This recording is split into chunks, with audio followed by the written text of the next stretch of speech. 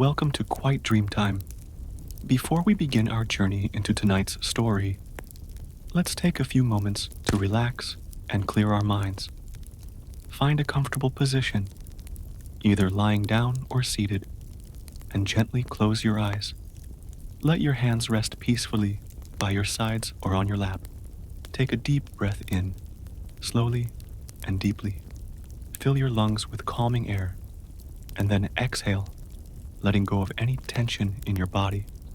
Breathe in again, and with each exhale, feel your muscles relax more and more. Imagine with each breath that you're releasing the weight of your day. Each worry, each thought, allow your body to soften, melting into the calmness of the present moment. Now, picture yourself in a peaceful place, somewhere you feel completely safe and at ease.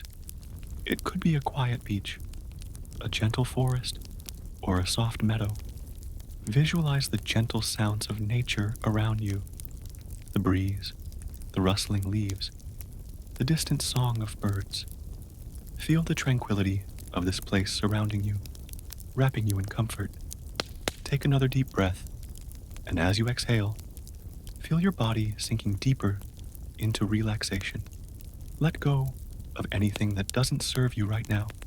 Here, in this moment, there is only peace, only calm, only the soft embrace of the present.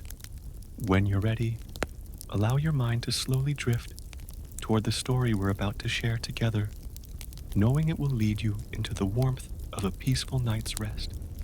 Take one final deep breath in and out.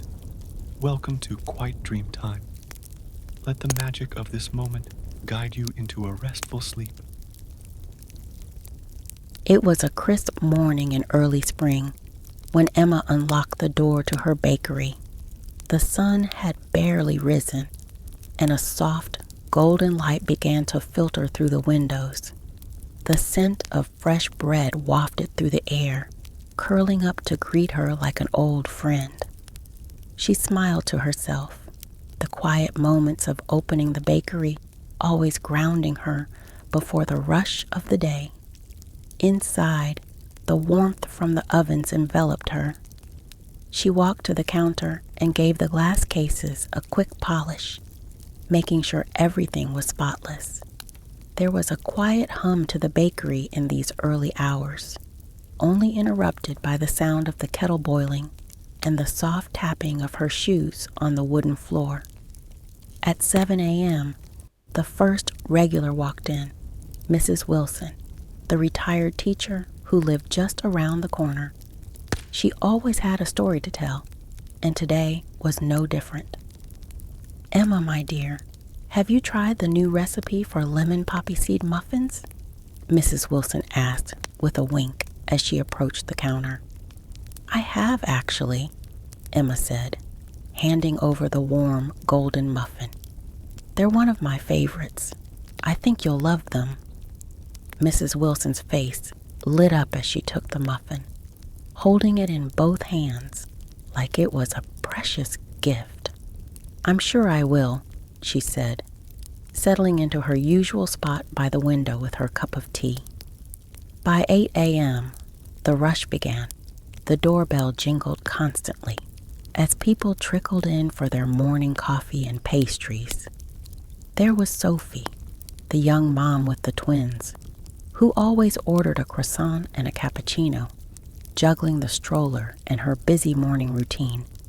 And then there was Tom, the artist who liked to linger over his sketchbook while sipping on a latte. Behind the counter, Emma was a flurry of activity.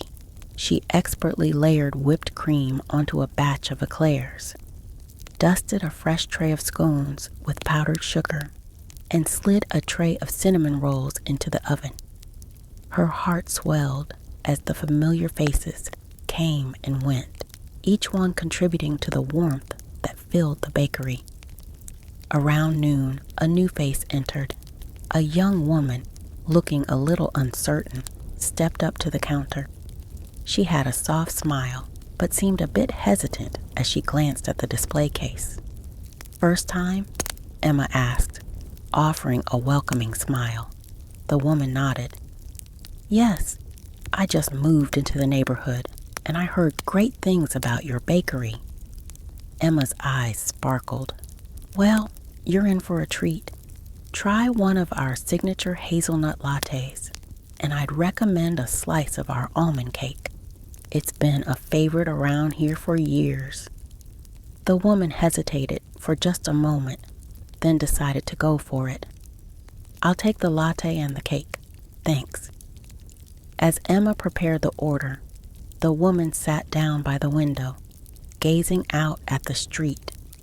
When she took her first bite of the almond cake, a look of pure contentment spread across her face. Emma caught the smile and felt a small sense of pride in her heart. It was little moments like this that made it all worth it. By the time the afternoon rolled around, things had slowed down just a bit.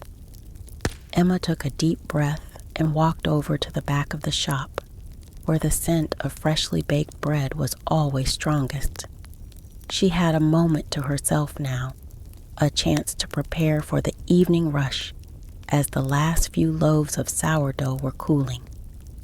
Before she closed up for the night, Emma took a moment to step outside and look at the bakery sign. The soft glow of the streetlights illuminated the old brick walls, and she felt a deep sense of gratitude. In the bustle of baking, serving, and sharing stories with her customers, Emma's bakery had become more than just a place to grab a bite. It was a gathering space, a home for the community, and she was so proud to be part of it. The doorbell jingled one last time as she locked up, and Emma couldn't help but smile as she made her way home. Tomorrow would be another day of flour-dusted aprons, sweet smells, and the joy of doing what she loved. Next day, the morning fog had rolled in, making the streets feel like a secret world, quiet and still. Emma stood at the front window of the bakery, watching the mist curl around the lampposts and settle on the pavement. The soft, diffused light made everything seem a little magical, and she felt it in her bones as she opened the door and stepped inside. The warmth from the ovens greeted her immediately, as it always did. She set about her usual routine, mixing dough, measuring flour, and kneading her way into the rhythm of the day. The first thing she prepared was her famous multigrain bread, which was always in high demand. The dough was a perfect consistency, soft yet firm, and she gently shaped it before placing it into the warm oven. At exactly 7:15, the first customer of the day arrived, Lucas, the local photographer. He was a familiar face, always rushing in with a half smile and an espresso cup in hand. "Morning, Emma. I need something sweet to kickstart this shoot today," he said, scanning the pastry case. "Try the hazelnut tort," Emma suggested, pointing to the towering cake. "It'll give you just the right amount of energy." Lucas raised an eyebrow, but took the suggestion. "You know, I trust you. I'll take a slice of that and an espresso to go." As he took his order, Emma busied herself with another batch of blueberry muffins, all while overhearing snippets of conversation. The bakery had its own special rhythm. The conversations of the regulars seemed to fit into the background like a comforting melody.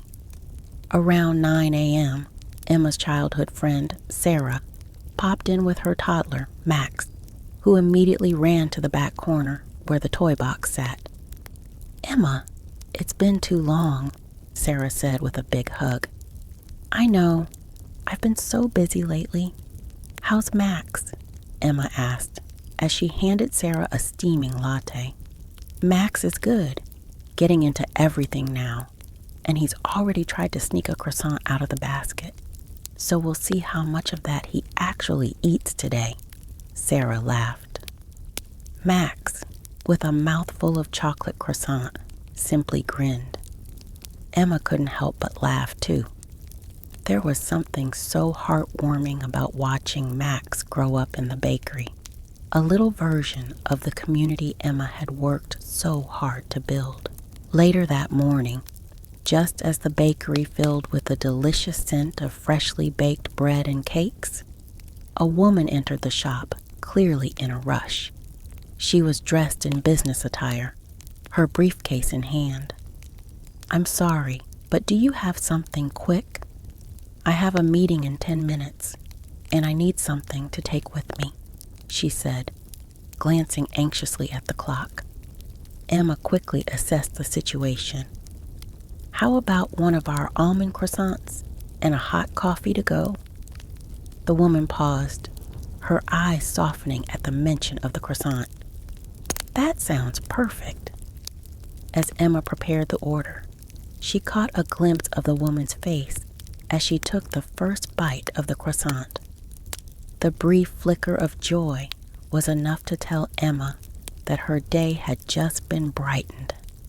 There was something magical about the way food could instantly change someone's mood. The lunch hour was always Emma's busiest time. There was the occasional office worker grabbing a quick sandwich, the college students coming in for a break, and the tourists who had heard about the bakery from locals. As the line and the counter grew, Emma was in her element, smoothly working through each order, all the while her staff moved with practiced precision around her. They worked as one, almost instinctively, and Emma had never been prouder of them. By 2 p.m., there was a lull in the action. Emma stood behind the counter with a cappuccino in hand, taking a brief pause. She reflected on how lucky she was. This little corner of the world had become more than just a bakery.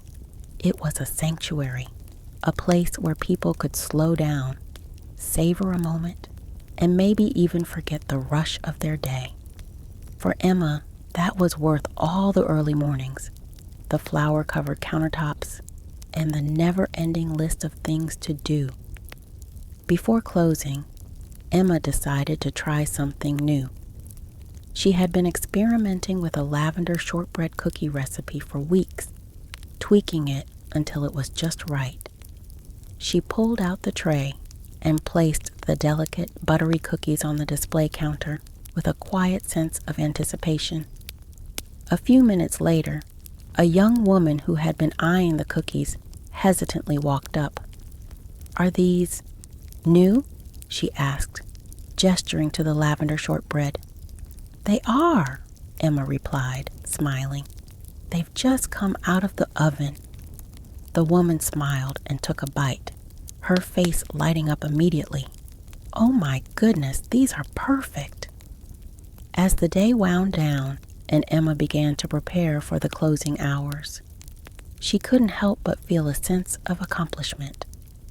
From morning coffee to the last order of the day, Emma's bakery wasn't just about the food. It was about the connections, the shared smiles, and the sense of belonging. And as she locked the door that evening, she already knew tomorrow would bring more of the same. Sweet moments, new faces, and a whole lot of flour.